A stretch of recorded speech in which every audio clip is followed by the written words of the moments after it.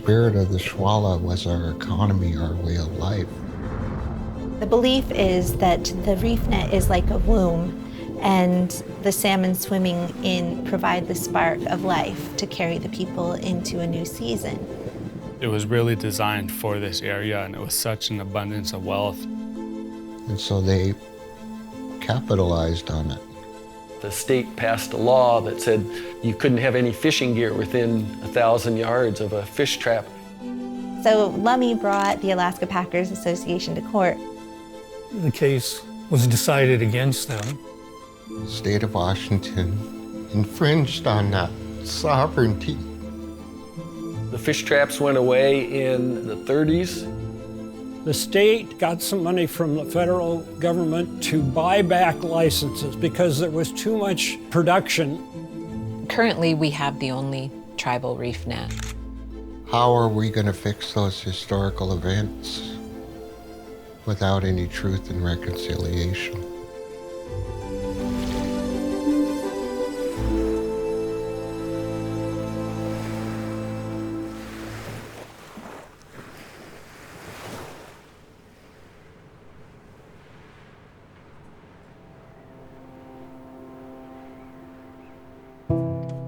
When I started studying anthropology, I really started learning from like a Western lens. You're going into other cultures and you're writing everything down.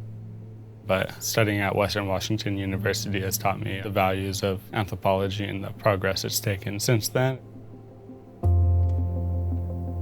Even here at Western Washington University in the 70s, archaeologists and anthropologists were taking students out and digging up our grave sites as lessons.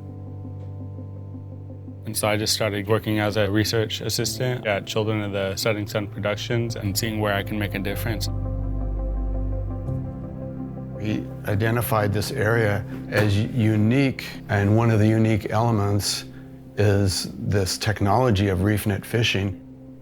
After graduation, I was looking for a project, and out of nowhere, we get this contact from Cameron Suttles, son of researcher, anthropologist Wayne Suttles.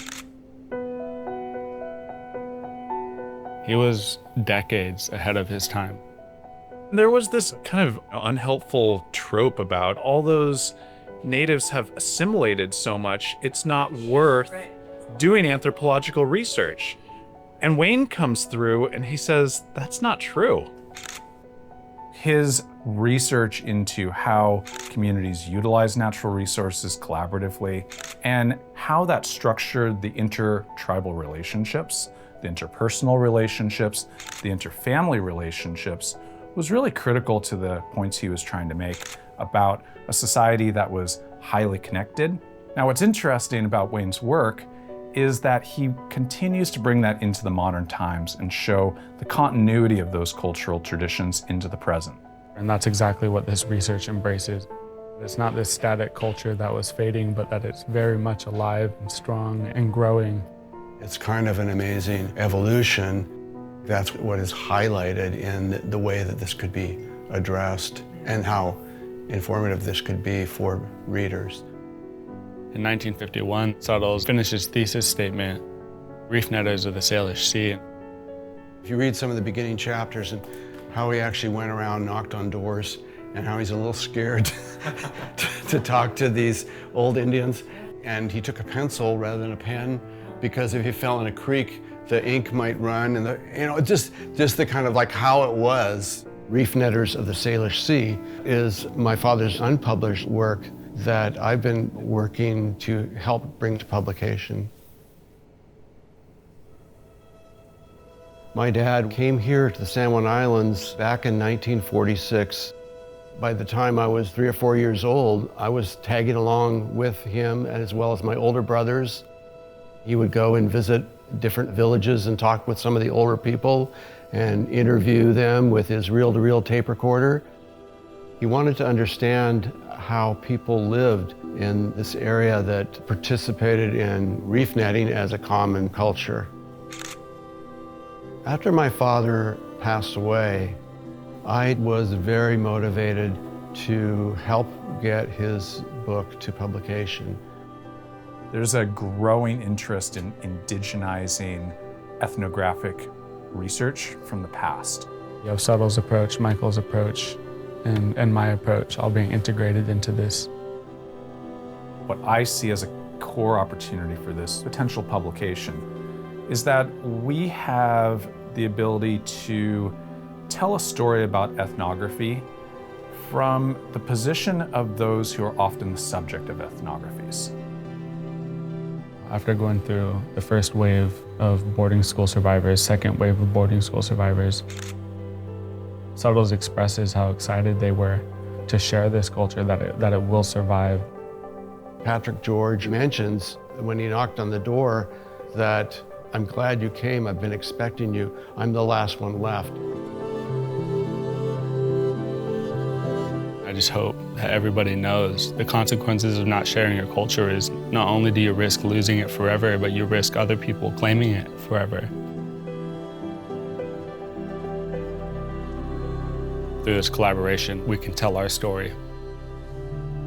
Who are the Reefnetters of the Salish Sea? This is who we are. The point I'm trying to make is that how this actually felt so right. You know, that I wasn't really sure where this was going. And it wasn't until I went home and I looked at my father's manuscript again and I realized the very first sources that my dad talked to were Lummi. There couldn't be anything more perfect than for his work to be published by a Lummi-owned production company, for them to be the organization that brings it to publication. It's so beautiful that it comes full circle.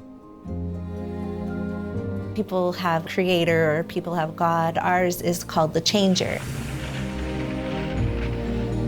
And we call him Hals. He comes through and he changes what needs to be changed. That, in a way, is very hopeful for me because it can be changed into something better. Maybe not back, but into a state of health again, the way that it was before.